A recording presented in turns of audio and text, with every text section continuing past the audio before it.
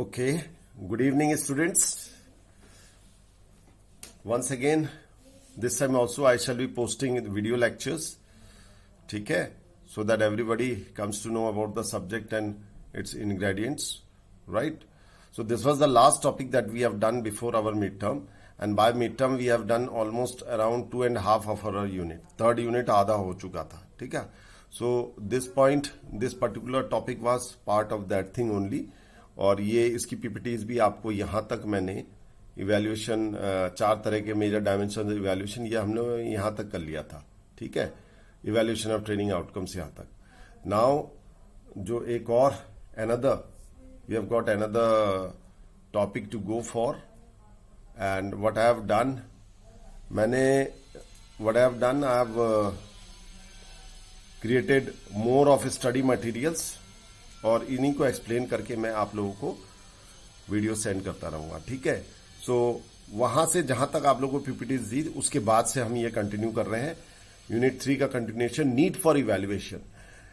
के what is the need for evaluating the training and development programme? It is very essential to know. So Hamblin ने इसमें कहा है कि any attempt to obtain information feedback on the effect of training programme and to assess the effect of training program and to assess the value of training in light of that information for improving further training. Basically Hamling, the bottom line to understand over here is this. Hamling ने ये कहा है कि हम जो feedback ले रहे हैं उस फीडबैक के बेसिस पे फर्दर ट्रेनिंग प्रोग्राम को इंप्रूव कैसे किया जा सके. That's why we need evaluation, because without evaluation no system is perfect, we know. And without evaluation, we can never come to know what are the lacunas, what are the shortcomings in our training program.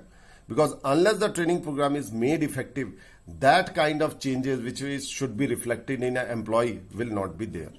So training अगर ढंग से होगी तभी employees की effectiveness बढ़ेगी, तभी उनका work job में जो उनकी effectiveness है वो बढ़ेगी और वो नजर आएगा, क्योंकि उनको इफेक्टिव ट्रेनिंग मिली है. अगर ट्रेनिंग इफेक्टिव नहीं है तो नेचुरली जो इतना पैसा ट्रेनिंग पे खर्च करने के बाद भी the result that we are looking for, it will be not there.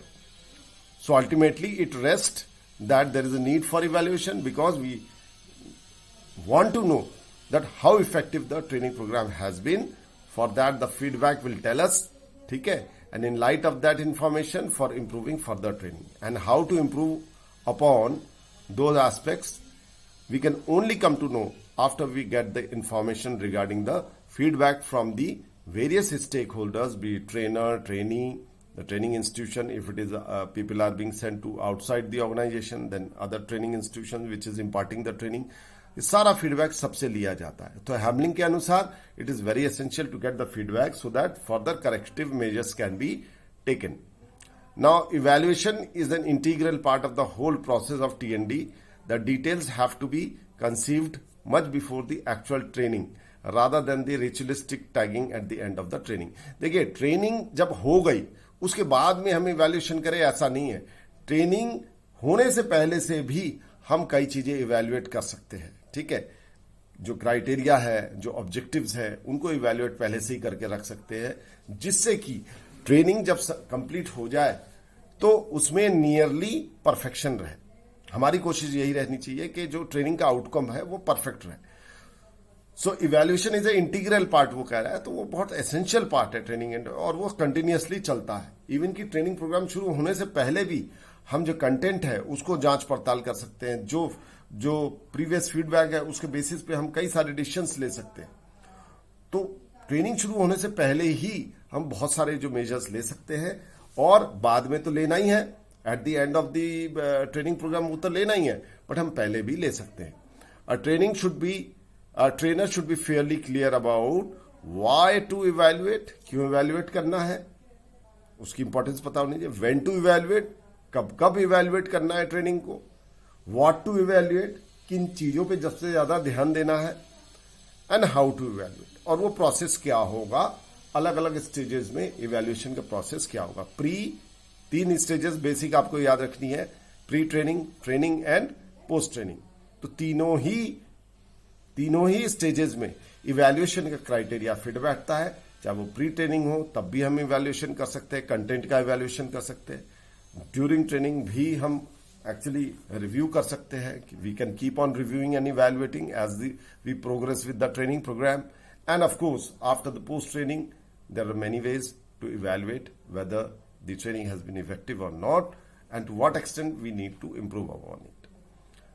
So evaluation में need for evaluation में सबसे पहला पॉइंट है cost benefit return for training investment. देखिए, the training manager is always under pressure to justify the benefit of training program.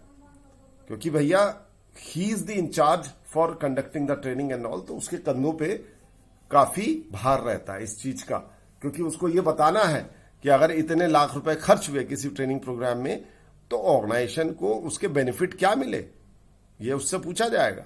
तो he has to be very cautious about it. So a cost benefit analysis has to be done as the following stakeholders are looking out for tangible returns out of a training program. Tangible का मतलब जो workable returns है, जो सामने नजर आएगा. यहां tangible से मतलब है जो सामने नजर आता है in terms of productivity, in terms of technology, in terms of output, in terms of refineness, in terms of quality. वो टेंजिबल रिटर्न सामने नजर आता चाहिए, वरना ट्रेनिंग एक एब्स्ट्रैक्ट चीज है. हमने क्या सीखा और हमने एक्चुअली क्या वर्क अपने जॉब प्रोफाइल में इंप्लीमेंट करके क्या आउटपुट दिया, दोनों में कनेक्शन होना चाहिए. तो कॉस्ट बेनिफिट एनालिसिस होना चाहिए कि वाकई क्या इतना पैसा खर्च के लोगों को ट्रेन करके ऑर्गेनाइजेशन का कोई benefit in terms of monetary benefit हो रहा है या दूसरे टर्म्स ऑफ बेनिफिट हो रहा है या नहीं. So as the following stakeholders are looking out for tangible returns out of the. और कौन है स्टेक होल्डर्स? ट्रेनिंग डिपार्टमेंट, उसे भी देखना है. ट्रेनिंग इंस्टीट्यूशंस, उसने भी देखना है कि भाई वाकई इंप्रूवमेंट हुआ, फायदा हुआ कि नहीं. ट्रेनिंग प्रैक्टिशनर्स थर्ड वाला है. पहले पॉइंट में ट्रेनिंग प्रैक्टिशनर्स, उनको भी पता लगना चाहिए कि ट्रेनिंग किस हद तक लाभकारी रहा. ठीक है. उसी तरह ऑर्गेनाइजेशन के अंदर जो टॉप मोस्ट सीनियर मैनेजर्स होते हैं, ठीक है, स्पॉन्सर्स जिन्होंने स्पॉन्सर किया है, कई बार ट्रेनिंग स्पॉन्सर्ड भी होती है, उनको भी लगता है कि हाँ भाई ट्रेनिंग की इफेक्टिवनेस हुई नहीं हुई, उसका फायदा हुआ कि नहीं. Cost benefit analysis. क्लाइंट्स जो है जिनके लिए मान लो हम किसी क्लाइंट के लिए हम ट्रेनिंग प्रोग्राम या उन क्लाइंट्स के लिए हम अपनी सर्विसेज दे रहे हैं, तो अगर हम बेहतर सर्विस दे पा रहे हैं हमारे एम्प्लॉइज, तो इसका मतलब हमारी ट्रेनिंग बेनिफिशियल रही है.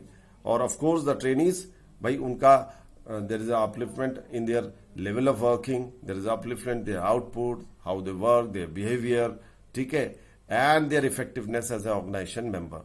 सो ये सारे स्टेक होल्डर्स, चाहे वो ट्रेनिंग डिपार्टमेंट हो, चाहे मैनेजर्स हो, चाहे क्लाइंट्स हो, स्पॉन्सर्स हो, ट्रेनीज हो, so they are all stakeholders, those who will be looking forward for this cost benefit analysis कि वाकई इतनी चीजों का क्या क्या फायदा, इतने इन्वेस्टमेंट का क्या क्या फायदा हुआ है. बी पे आते हैं बच्चों. That is enable improvement in the assessment of the training need. While determining the effectiveness of training in achieving its objectives, the trainer could also check the suitability and feasibility of the objectives set for training. बात ही शुरू training objective से होती है, क्योंकि अगर हमारा objective ही सही नहीं है तो नेचुरली जो ट्रेनिंग आउटपुट होगा वो भी मिसप्लेस्ड होगा, उसकी इफेक्टिवनेस एक्चुअल वर्क सेटिंग में अच्छी नहीं होगी. सो हमारा ऑब्जेक्टिव बहुत क्लियर होना चाहिए. ठीक है.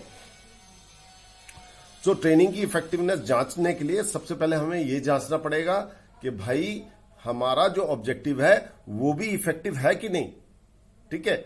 अगर ऑब्जेक्टिव ही सही नहीं है तो फिर ट्रेनिंग का भी कोई ज्यादा इफेक्ट नहीं आएगा.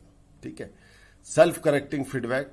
Training functions operate on the basic premises that there is always a room for improvement, and evaluation will help in deciding the areas of improvement that can occur. देखिए, training function operates on the basic premises, यानी कि premise का मतलब principle, that there is always a room for improvement. Nobody is perfect, we know. So there is always a continuous round of improvement for everybody.